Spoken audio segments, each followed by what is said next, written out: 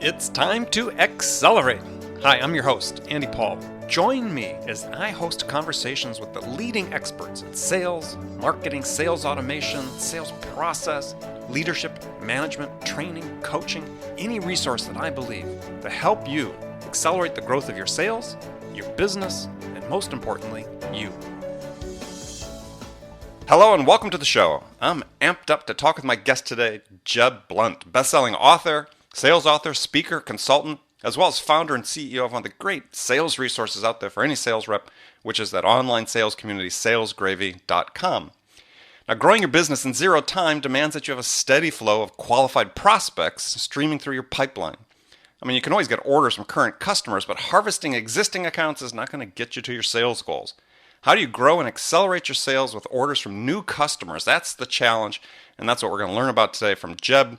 Practical tips and sales, simple strategies to help you prospect for new customers. So, Jeb, welcome to the show. Thank you. I'm glad to be here, and I'm actually glad to be. This is the second time you and I've talked. Yeah. So it's nice to be back together again. So you've just published an exciting new book called Fanatical Prospecting, not just prospecting, but fanatical prospecting. So what do you mean by fanatical prospecting? It's a term that I coined many years ago, and I've used it in training and especially in workshops. And we have a fanatical prospecting boot camp that we run for a number of companies. And it really stemmed from, I was the vice president of a region for a company I worked for, and we had a lot of salespeople, and we were failing miserably in sales. And the only thing that we could do was go out and get more stuff in our pipe because our pipeline was depleted and empty. And so I was trying to figure out a way to get the troops all fired up to go, and I started talking about fanatical prospecting. And really the definition, in fact, one of my favorite definitions of fanatical prospecting is motivated by uncritical enthusiasm. and if you think about that, that's how a lot of salespeople approach prospecting. They're critical of themselves. They project their own fears on their prospect, and they're hesitant to interrupt prospects and ask them for an appointment or for a next step. And so I love the term fanatical prospecting because it defines what I know to be true, whether it's inside sales or outside sales. The top salespeople in every industry that I've experienced are the ones that are absolutely fanatical about opening doors and getting people on the telephone. And whether it's via email, social, text messaging, or smoke signals, they're working all the time to get people into the pipeline. So what you're saying is there's not a market for a book called Lukewarm, Half-Hearted Prospecting. I was going to title it that. My publisher had a little problem. So I find it really sort of fascinating. At the same time, there's this rising crescendo and buzz around marketing automation tools and focus on the soft lead generation activities like inbound marketing and social selling, that you and other authors are out there beating the drum for proactive prospecting. So what were you seeing out there that motivated you to write the book? Well, I run a company, so I'm the CEO of SalesGravy. We're the largest and market share leader in employment advertising for sales. I've got an inside sales team that's right next to me. If you hear the bell ring, they sold something. That they're in there dialing, and we have a robust inbound marketing process. My database has almost 800,000 people in it. Mm-hmm. I use HubSpot, which is one of the major inbound marketing programs. And so I've got a huge inbound marketing presence. I cannot provide enough leads for my people. If I did, we would be out of business. There's just no way to do that. And the concept and this belief that somehow you can generate enough leads without spending money it's ludicrous. So the only way that we win is a good balance between inbound prospecting and inbound marketing, which are two different things in a way, and proactive outbound prospecting, which is basically interrupting the days of people that we want to sell to. Mm-hmm. And so, this I call it pandering. It's this group of people that are pandering to salespeople who don't want to prospect, by saying that you don't have to. You can use social selling, that's the easy way out, or you can use this soft inbound marketing approach, that's the easy way out. And you can, but I don't have a single client. And I have some really large inside sales teams that operate on an inbound model, and those teams still cannot provide enough prospects to feed the the hungry animal that's their sales team. One of my clients, in fact, spends $1.2 million a month on inbound marketing, and they still need to make outbound calls in order to maintain their sales numbers. And what's their ratio? It's about half and half. So what would you prescribe for, small mid-sized business listening to this show? What's the right mix between inbound versus proactive outbound prospecting? Well, the thing is with inbound marketing, for example, your marketing organization should be running and managing that. Now, to be sure, and you know this to be true, that in a small company, your mashup between sales and marketing is hand in hand, right? So the sales organization's got to be out doing some marketing and some proactive work, distributing content along with the marketing department. If you work for a big company, stay out of the machine because you're going to be fired if you get in the middle of it. But with a small and medium-sized company, the salespeople do have to do some proactive prospecting that is designed to bring inbound leads. But I've got a small sales team that we were working with just last week. It's a small inside sales team for a company that distributes nutrition products. And if they spend a couple of hours a day doing outbound prospecting, they can generate all the leads that they need to keep their funnel full. And the inbound prospecting, their inbound marketing is just gravy. The problem that they have is that they were sitting around waiting for someone to interrupt them versus them interrupting someone else, which is why my firm got hired to help them. Right. Because they couldn't get enough deals getting into the funnel.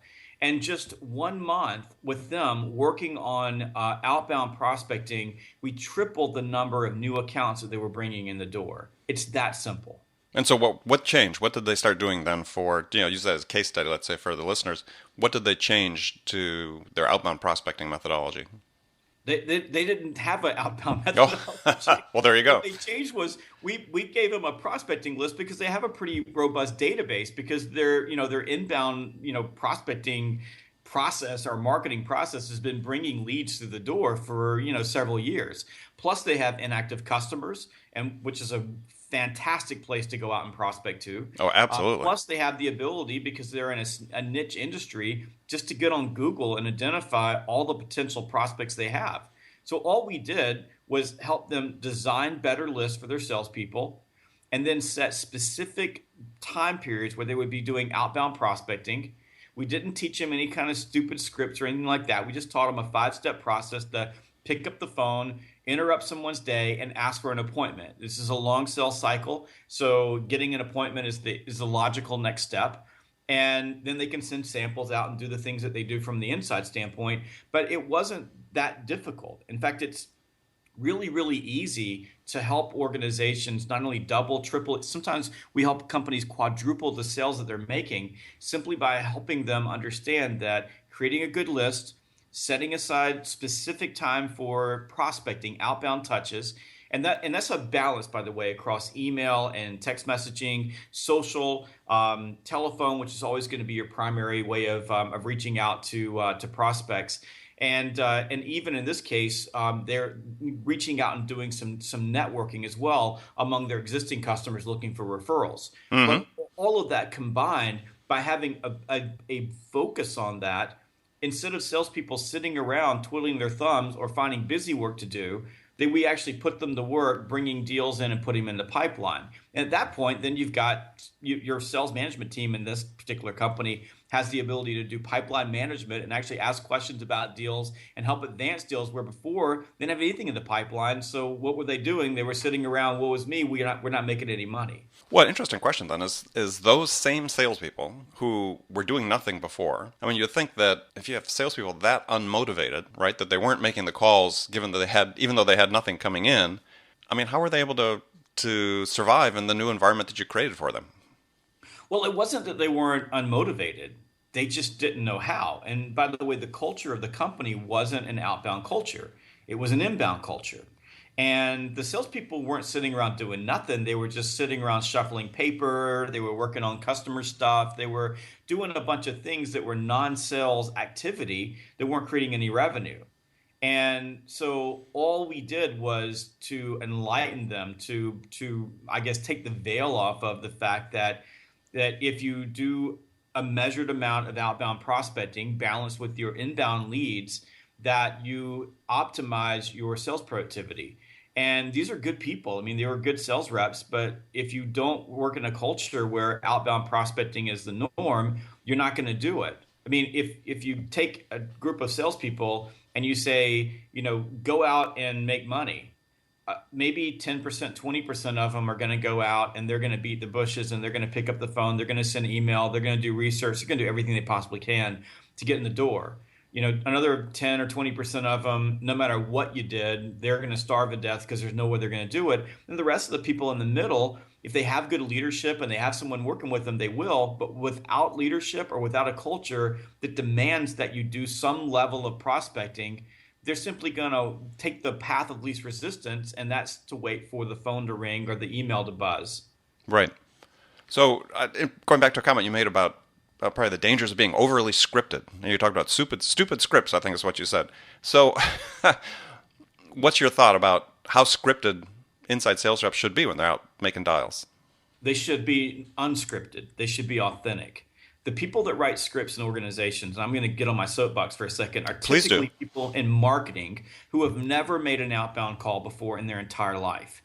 And they write dumb scripts that make people sound like they're plastic robots, and they don't work. And they create resistance because they sound so scripted. And that resistance creates a situation or a feedback loop to the rep that says, this is really uncomfortable, don't do it.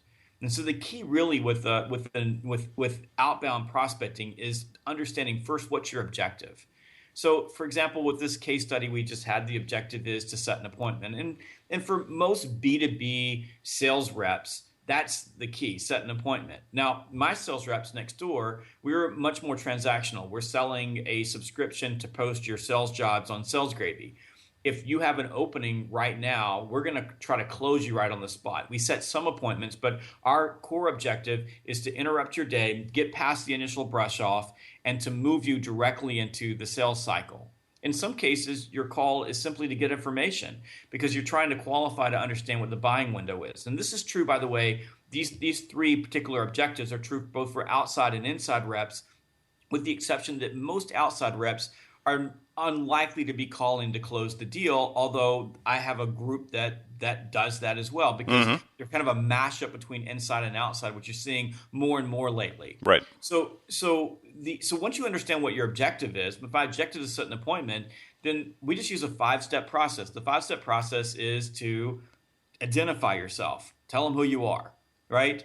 The second step is to tell them what you want. Because if I call you up and you're busy and I'm interrupting your day, if I tell you what I want, now you know it's a lot easier for you. So I would say, hi, Andy, this is Jeb from SalesGravy. The reason I'm calling is I noticed that you have a job posted on Career Builder, and I want to find out how we can help you hire your salesperson faster. That's it, right? That's it. I don't need to have a long pitch. I don't need to have a script. I just get your attention by saying your name. I tell you why I'm calling. I ask for what I want, and then you're either going to tell me yes, no, or maybe. So right. In that case, I might say, do you have a few minutes to talk right now? You'd say, yeah, I do, or no, call me later. In that case, I would say, well, why don't we schedule an appointment for 2:00? If I was calling to set an appointment with you, I would say, hi, Andy, this is Jeb from SalesGravy. The reason I'm calling is I noticed that you're hiring a couple of hundred salespeople over the next quarter, and I want to set an appointment with you so that I can learn a little bit more about you and your situation and see if SalesGravy would be a fit. How about Thursday at 2:00? Simple. Yeah, a simple ask.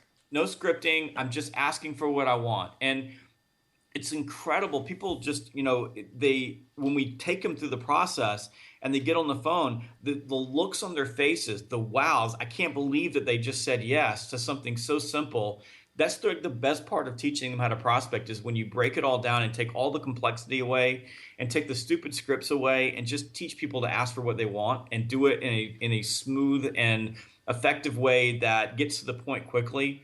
They're just blown away at how effective it is. Yeah, I think you bring up you allude to a really key point, which is you have 8 to 12 seconds to connect with that person on the phone. And so if you're overly scripted and you've got this long prologue that you have to go through about why you're calling and what you're asking for, they're going to lose interest very quickly. Yeah, and they know you're a salesperson. I mean, as soon as you go, and for example, this is one of the worst things salespeople do. They go, "Is this Andy?" Say hello. Is this Andy? Yes. Hey, Andy, how are you doing today? Great. Yeah, this is what people do. Right. Salespeople go, hey, how are you doing today? And then there's this silence on the phone, and the person goes, what do you want? Exactly. Because they know they're a salesperson. It's the same thing, by the way, on emails. Notice your prospecting emails. When you send me an email, you address it Jeb, comma. But when salespeople send prospecting emails, they address it hi Jeb. I always know it's a salesperson because nobody else addresses me hello Jeb or hi Jeb Or hey, Jeb. or hey Jeb, right? So the same thing with emails. Like when you send an email to someone, just address it as Jeb, comma, and then you got one line to get my attention. Right. That's it. So your hook's got to be up front. When you're calling on the telephone, you got to recognize that you're interrupting somebody's day. And when you interrupt someone's day, they're not happy about it. Even if it's something they want, they're not happy about being interrupted. So the key thing with interrupting someone's day is get to the point quick. Get to yes, no, maybe, whatever is going to be at the end of it as fast as you can so that either they're going to say yes or you're going to turn around the objection or the reflex response or the brush off, and then you can get to the next step. Great. All right, we're going to head off to a short break here. But before we do, I'm going to pose a question for you, a hypothetical scenario that I ask all my guests, and then we'll talk about it when we come back from the break. So here's the scenario. You're a brand new sales manager hired into a company whose sales have stagnated and stalled, and upper management's really, really motivated to make some changes quickly. So what are the two things you do in the first week that could have the biggest impact? Okay. And we'll talk about that when we come back from the break. Stay with us. My guest today is Jeb Blount. He's going to share more of his tips about how to use fanatical prospecting to accelerate your sales growth. Hi, this is Andy. Connect and Sell is used by sales reps at nearly 1,000 companies, including hundreds of technology startups and several Fortune 500 companies, to overcome the challenges of getting prospects on the phone. Companies using Connect and Sell grow their revenues faster by enabling their sales reps to have more sales conversations in 90 minutes than they could otherwise achieve in an entire week. Connect and Sell can be deployed directly to your sales reps, or you can take advantage of their outbound on-demand service, which delivers qualified prospect meetings scheduled directly on your sales reps' calendars. Visit connectandsell.com to learn more about how Connect and Sell can start filling your pipeline today. Welcome back. My guest today is Jeb Blount. Check out Jeb online at salesgravy.com. Check out his new book on Amazon and other resellers, Fanatical Prospecting. So, Jeb, let's talk about the scenario I posed before the break. You're a new manager, sales manager hired into a company whose sales have really flattened out. Upper management really wants to get things going quickly. What are the two things you do in the first week that would have the biggest impact? So the number one thing you do is you have to drive activity. I mean, you got to start off day one. If you don't have sales, the reason you don't have sales is almost always a pipeline issue, almost always. And, unless you walked into a situation where you've got a bad product or you've had some sort of a market turn down, there's been some, external issue beyond your control. 99% of the reason that you have a problem and you're not selling is because the pipeline is empty. So the first thing that you do is you put a stake in the ground on activity and you drive activity. And the second thing you do is you meet with all of your salespeople and you get to understand what motivates them, what's important to them, who they are, and you begin designing your goals and your focus and everything you do around helping them get what they want. And in the process of doing that, you'll find the ones that need to move on to the next career in their life, and you'll find the ones that are truly motivated. But having been in this situation far many more times than I want to be, I can tell you that every single time putting the stake in the ground on activity has been the one thing that has produced results really, really fast and given me the headroom that I needed to make the structural and organizational design changes in order to deliver long-term results. Great. So basically what you're finding is you say you put a stake in the ground with activity. It's people just just not making calls fundamentally. I do this for a living. I've been doing this for 30 years, and I can't think of a single situation in the last 30 years where I've had a sales team that's failing, that I've walked in the door, whether as a consultant or whether they've been my own sales team, where I can't draw a direct line to the failure to prospect, the failure to open doors, no matter how you choose to do that, and the pipeline being empty. I mean, the number one reason for failure in sales is an empty pipeline, and the number one reason for an empty pipeline is the failure to prospect. Yeah, absolutely. So your number one recommendation then, to play on that term, is if you were going to give to an entrepreneur or a small business owner to structure and to maximize their prospecting efforts, would be what? I'd get them on the telephone. I mean, the easiest, fastest way to open doors right now is to get on the phone. I mean, maybe, in a decade something changes, but, I can, if I were to sit down with a group of people and let's say just, I give a great example is a software company that I've been working with for the last couple of years. When I first met them, they were $10 million behind their number, and it was August. And what did we do? We sat down. Most companies have a database. We just went through their database and we started developing a list based on the highest probability that the deals at the top of that list would move into the sales cycle. And we got their people in a room and we picked up a telephone and we started dialing. And 4 months later, they hit their number. The problem was prospecting. So the first thing you do, I mean, this isn't rocket science. You get a list of prospects. You try to put some thought behind that list to make sure you're calling the highest quality and highest probability prospects first. You work your way down that list and you rinse and you repeat. And then once you've got stuff in the pipeline, then you can really start working on your sales process, on presentation skills, on your messaging, on making sure that you've got good buyer maps and all of the things that drive a sale through the pipeline and create velocity through the pipeline. You can do all that, but none of that matters if the pipeline is empty. I tell sales managers all the time, if your salespeople aren't prospecting, you have no other options. There's nothing else that you can do. The only option you have is either get them prospecting or fire them. That's it. But if they're prospecting and they're driving activity through the pipeline, at that point, then you can really put your gloves on and get in the trenches with them, and you can start fine-tuning the process and the messaging and the questions that you're asking and the case studies that you're building. All of that you can do if you've got a full pipeline. And the nice thing about prospecting is that when you're consistently driving activity and consistently driving deals into the pipeline, the stuff that is naturally not going to close, it falls out because you don't have time to play around with deals that are never going to close. Exactly. Exactly. And also, I mean, the other benefit of this activity, and to the point you're sort of making support, is that, repetition is how people get better, right? Practice. And so if you're not talking to prospects, if you're not, engaged with them frequently enough, you're never going to get better at what you're doing. You're not going to master your craft and your skill of selling if you're not doing it at a certain level throughout the day and the week.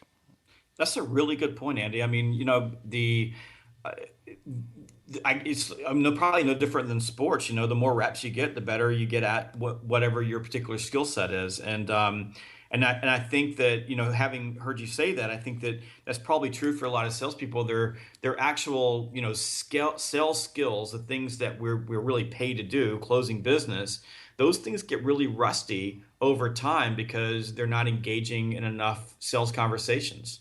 No, absolutely. So, what I write about? I write about speed in sales and sales acceleration. What key metrics do you use to measure sort of the productivity of prospecting and sort of the speed with which you're building your pipeline? So that's when you take a look at, I guess you asked that question, I think the answer is probably it's going to be specific to the group of people that you're working with and the company you're working with. I mean, so pipeline velocity, for example, is going to have a completely different meaning at the enterprise level than it's going to have at, say, entry level B2B, where you're working in a high activity environment. So there's really no way that I could answer that question and say there's one sure way of doing this.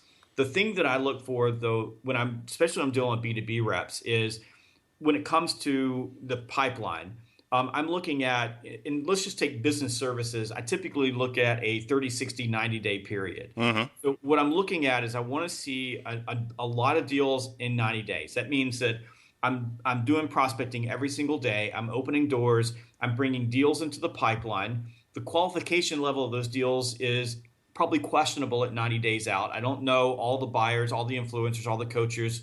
I haven't done complete discovery, but I should have a whole lot of deals in that column.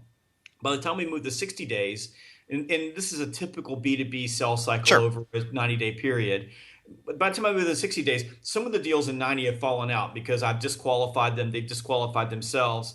My competitor beat me to the punch. I misjudged a contract X date, something like that.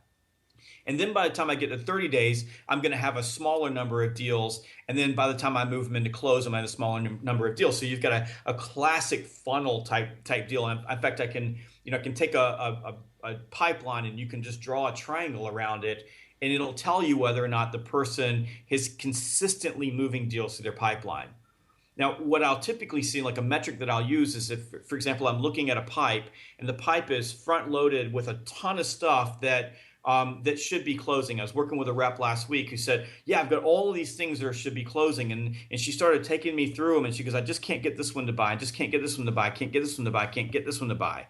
That'll tell you that the pipeline is completely stalled, and it's stalled because none of those accounts are ever going to buy, and she's been working on them and working on them and working on them and chasing and chasing and chasing in order to avoid doing what really needs to be done, which is to get them out of the pipe and get new stuff in the pipe. Yeah, I mean, anytime you see that, it's a failure of qualification. Well, it's not this. In this case, it wasn't failure of qualification. The deals, the failure was to prospect. She didn't have enough new stuff coming into the pipeline. So she was holding on to deals that were never going to close and calling them over and over and over again, because in her mind, she believed that was working. And salespeople get into this trap all the time. When I see that, though, even with sales reps that do a lot of activity, high level of prospecting, is if they're not doing a really good job of qualifying the prospects, yeah, they get this buildup because they're feeling this pressure to have a certain level and quantity of prospects in their pipeline. Yes. And so the whole quantity versus quality issue comes to the fore. And so rather than really qualifying them and disqualifying the ones that are never going to buy, as you talked about, they hold on to them. They do. And the science of sales is getting in front of enough people, and the art of sales is getting in front of the right people at the right time with the right message. And so you've always got that balance. But for me, it's pipeline velocity is about, how long does it take from when a deal officially hits the pipe. So whether that's the first meeting, and that's different for every company. Like there's a company that the deal hits the pipe when a sample goes out. At that moment, they're in the pipeline. But there's, in some cases, especially in software, it's when a demo happens, right? So I've agreed to a demo, but there's some place where a deal hits the pipeline, and you've got to define in your own situation, in your own company, what that metric is for how long that sales cycle should be. So in typical business services, B2B services, it's typically about 90 days that it's going to take you to get from the beginning to the end of the deal. And what you want to look at is the quantity of deals that are moving through that you're closing in that period of time.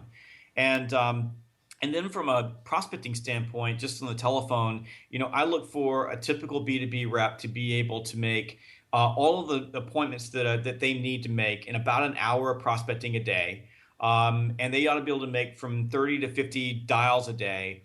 You would like to see them making around 25 to say 50 outbound emails a day, but those emails can be just can be scheduled outside of the golden hours, outside of the sales time, because there's so many great software programs now that'll let you build all your email, your prospecting emails, and you can just push a button and they'll send out any time of day that you want them to go. Right. And as a reminder for those people sending those emails, don't use hi, hey, or hello, and then the first name. Just the first name and a comma, please. Absolutely.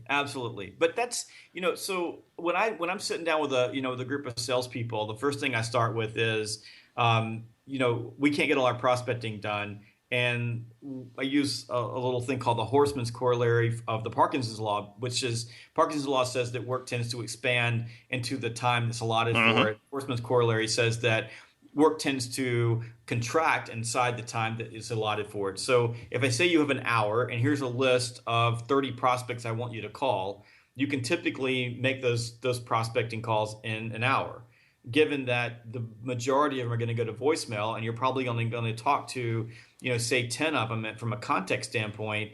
And those calls, as we established early in the prospect, are this podcast, are going to go really, really fast.